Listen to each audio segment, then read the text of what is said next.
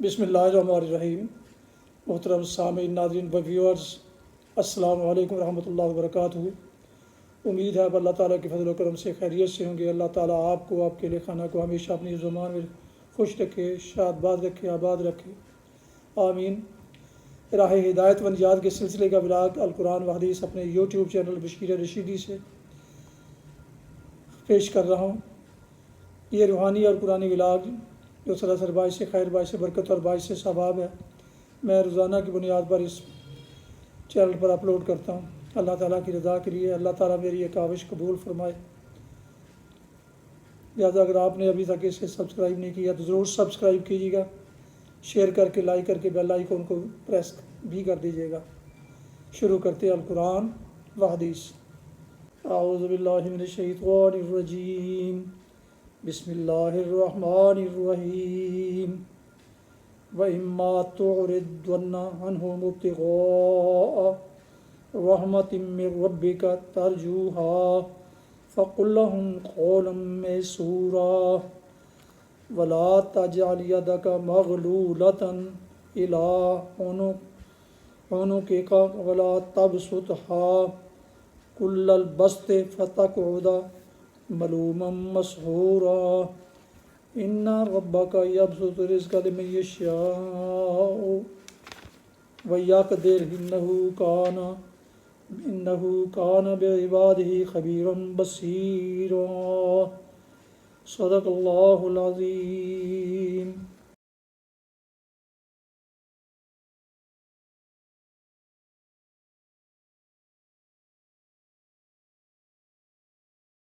آپ نے سورہ بنی اسرائیل کی آیت مبارکہ 28 تا 30 کی سماعت فرمائی، تلاوت سماعت فرمائی۔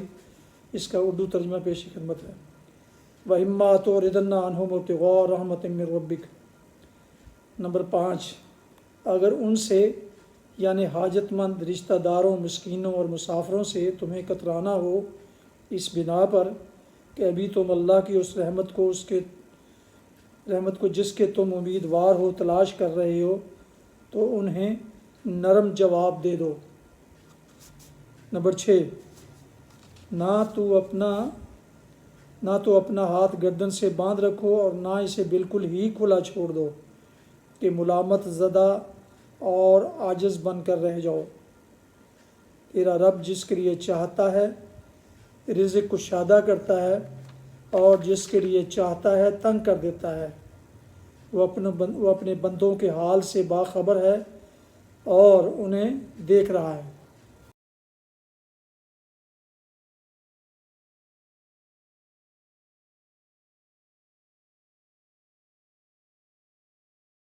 تلاوت کی گئی آیات مبارکہ کی تفسیر۔ اس رحمت کو جس کے تم امیدوار ہو تلاش کر رہے ہو، تو انہیں نرم جواب دے دو۔ ان 3 دفعات کا منشا یہ ہے کہ آدمی اپنی کمائی اور اپنی دولت کو صرف اپنے لیے ہی مخصوص نہ رکھے، بلکہ اپنی ضروریات اعتدال کے ساتھ پوری کرنے کے بعد اپنے رشتہ داروں، اپنے ہمسایوں اور دوسرے حاجت مند لوگوں کے حقوق بھی ادا کرے۔ اجتماعی زندگی میں تعاون، ہمدردی اور حق شناسی و حق رسائی کی روح جاری و ساری ہو۔ ہر رشتہ دار دوسرے رشتہ دار کا معاون اور ہر مستطیع انسان اپنے پاس کے محتاج انسان کا مددگار ہو۔ ایک مسافر جس بستی میں بھی جائے اپنے آپ کو مہمان نواز لوگوں کے درمیان پائے۔ معاشرے میں حق کا تصور اتنا وسیع ہو کہ ہر شخص ان سب انسانوں کے حقوق اپنی ذات پر اور اپنے مال پر محسوس کرے جن کے درمیان وہ رہتا ہو، ان کی خدمت کرے تو یہ سمجھتے ہوئے کہ ان کا حق ادا کر رہا ہے، نہ یہ کہ احسان کا بوجھ ان پر لاد رہا ہے۔ اگر کسی کی خدمت سے معذور ہو تو اس سے معافی مانگے اور خدا سے فضل طلب کرے تاکہ وہ بندگان خدا کی خدمت کرنے کے قابل ہو۔ منشور اسلامی کی یہ دفعات بھی صرف انفرادی اخلاق کی تعلیم ہی نہ تھیں، بلکہ آگے چل کر مدینہ طیبہ کے معاشرے اور ریاست میں انہی کی بنیاد پر صدقات واجب اور صدقات نافلہ کے احکام دیے گئے، وصیت اور وراثت اور وقف کے طریقے مقرر کیے گئے، یتیموں کے حقوق کی حفاظت کا انتظام کیا گیا، ہر بستی پر مسافر کا یہ حق قائم کیا گیا کہ کم از کم 3 دن تک اس کی ضیافت کی جائے، اور پھر اس کے ساتھ ساتھ معاشرے کا اخلاقی نظام عملاً ایسا بنایا گیا کہ پورے اجتماعی ماحول میں فیاضی، ہمدردی اور تعاون کی روح جاری و ساری ہو گئی، حتیٰ کہ لوگ آپ قانونی حقوق کے ماں سوا ان اخلاقی حقوق کو بھی کہنے اور ادا کرنے لگے جنہیں نہ قانون کے زور سے مانگا جا سکتا ہے نہ دلوایا جا سکتا ہے۔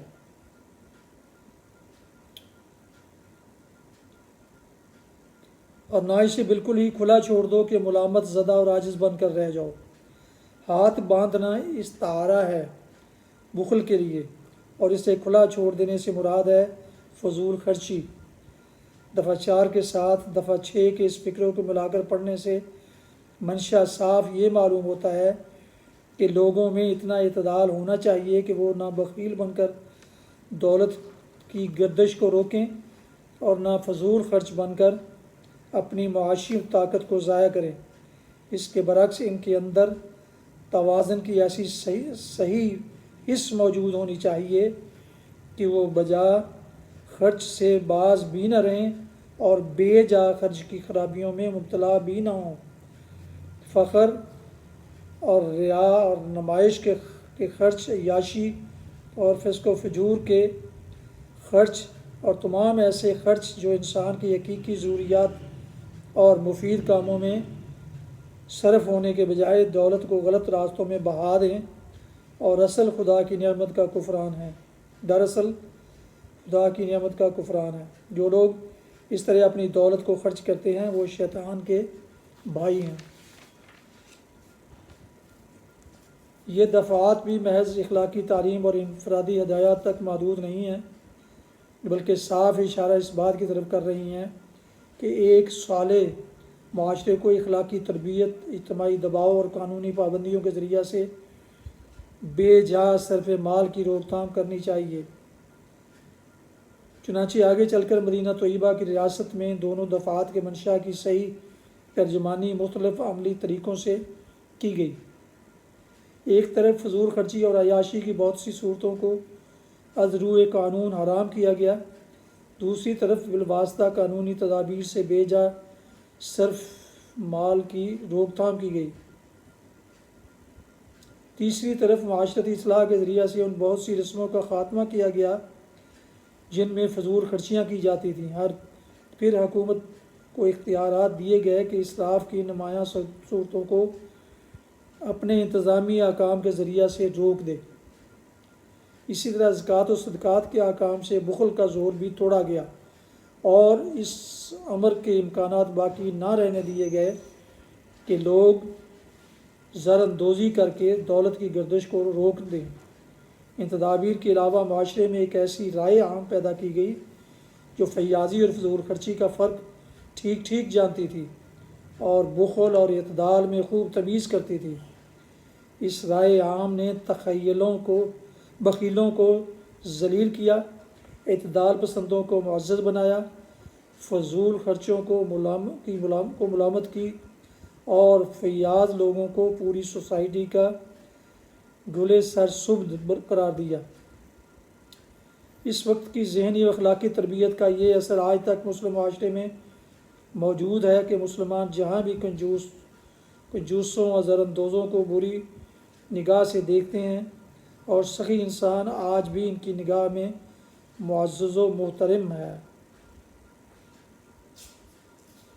وہ اپنے بندوں کے حال سے باخبر اور انہیں دیکھ رہا ہے، یعنی اللہ تعالیٰ نے اپنے بندوں کے درمیان رزق کی بخشش میں کم و بیش کا جو فرق رکھا ہے، انسان اس کی مصلحتوں کو نہیں سمجھ سکتا۔ لہٰذا تقسیم رزق کے فطری نظام میں انسان کو اپنی مصنوعی تدبیروں سے دخل انداز نہ ہونا چاہیے، فطری مساوات کو مصنوعی مساوات میں تبدیل کرنا یا اس نامساوات کو فطرت کی حدود سے بڑھا کر بے انصافی کی حد تک پہنچا دینا، دونوں ہی یکساں غلط ہیں۔ ایک صحیح معاشی نظام وہی ہے جو خدا کے مقرر کیے ہوئے طریقے تقسیم رزق سے قریب تر ہو۔ اس فقرے میں قانون فطرت کے جس قاعدے کی طرف رہنمائی کی گئی تھی، اس کی وجہ سے مدینہ کے اصلاحی پروگرام میں یہ تخیل سرے سے کوئی راہ نہ پا سکا کہ رزق اور وسائل رزق میں تفاوت اور تغافل بجائے خود کوئی برائی ہے جسے مٹانا اور ایک بے طبقات سوسائٹی پیدا کرنا کسی درجے میں بھی مطلوب ہو۔ اس کے برعکس مدینہ طیبہ میں انسانی تمدن کو صالح بنیادوں پر قائم کرنے کے لیے جو راہ عمل اختیار کی گئی وہ یہ تھی کہ فطرت اللہ نے انسانوں کے درمیان جو فرق رکھے ہیں ان کو اصلی فطری حالت پر برقرار رکھا جائے اور اوپر کی دی ہوئی ہدایات کے مطابق سوسائٹیز کے اخلاق و اطوار اور قوانین عمل کی اس طرح اصلاح کر دی جائے کہ معاش کا فرق و تفاوت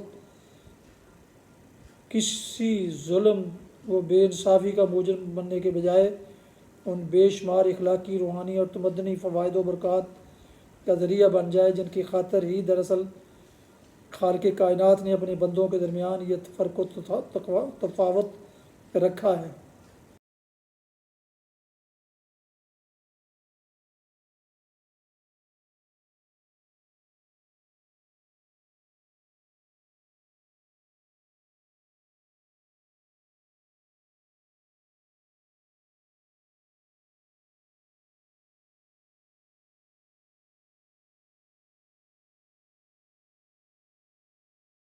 حدیث مبارکہ حضرت ابو خالد حکیم بن حزام رضی اللہ عنہ سے روایت ہے کہ رسول اللہ صلی اللہ علیہ وسلم نے فرمایا، دونوں سودا کرنے والوں کو اس وقت تک اختیار ہے جب تک وہ جدا نہ ہوں، پس اگر وہ دونوں سچ بولیں اور چیز کی حقیقت صحیح بیان کر دیں، یعنی کوئی عیب وغیرہ ہو تو بتلا دیں، تو ان کے اس سودے میں برکت ڈال دی جاتی ہے، اور اگر وہ چھپائیں اور جھوٹ بولیں تو ان کے سودے سے برکت مٹا دی جاتی ہے۔ صحیح بخاری کتاب البیوع حدیث نمبر 2079۔ فوائد۔ دو سودا کرنے والوں سے مراد بائع اور مشتری یعنی بیچنے اور خریدنے والا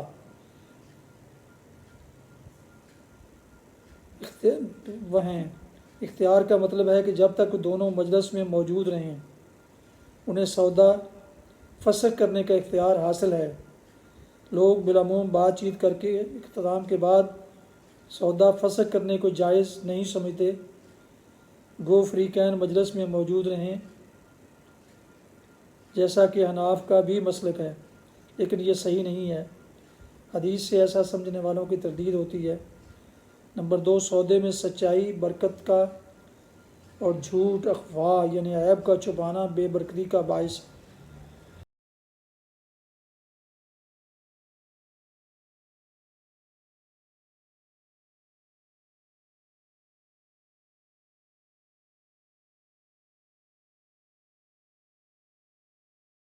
محترم ویورز، ابھی آپ دیکھ رہے تھے اور سن رہے تھے راہ ہدایت و نجات کے سلسلے کا ولاگ القرآن و حدیث، جس میں آج سورہ بنی اسرائیل کی آیات مبارکہ 28 تا 30 کی تلاوت، ترجمہ و تفسیر بیان کی گئی۔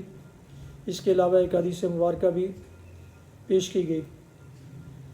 یہ روحانی اور قرآنی ولاگ، جیسا کہ میں پہلے عرض کر چکا ہوں، یہ سراسر باعث خیر، باعث برکت اور باعث ثواب بھی ہیں، اور اسے روزانہ کی بنیاد پر میں اپنے یوٹیوب چینل بشیر رشیدی سے آپ کی خدمت میں پیش کرتا ہوں، اللہ تعالیٰ کی رضا کے لیے۔ اللہ تعالیٰ میری یہ کاوش قبول فرمائے اور آپ کو عمل کرنے کی توفیق عطا فرمائے، آپ کو اور مجھے بھی۔ اللہ تعالیٰ آپ کا حامی ناصر ہو، اللہ تعالیٰ آپ کو، آپ کے لکھانہ کو ہمیشہ اپنی زمان میں رکھے گا، آمین۔ اپنا بہت خیال رکھیے گا، اپنی دعاؤں میں پاک وطن، والدین، آباء و اجداد، اعزاء و اقارب، دوست و احباب، شیوخ و اساتذہ، مسلمین مسلمات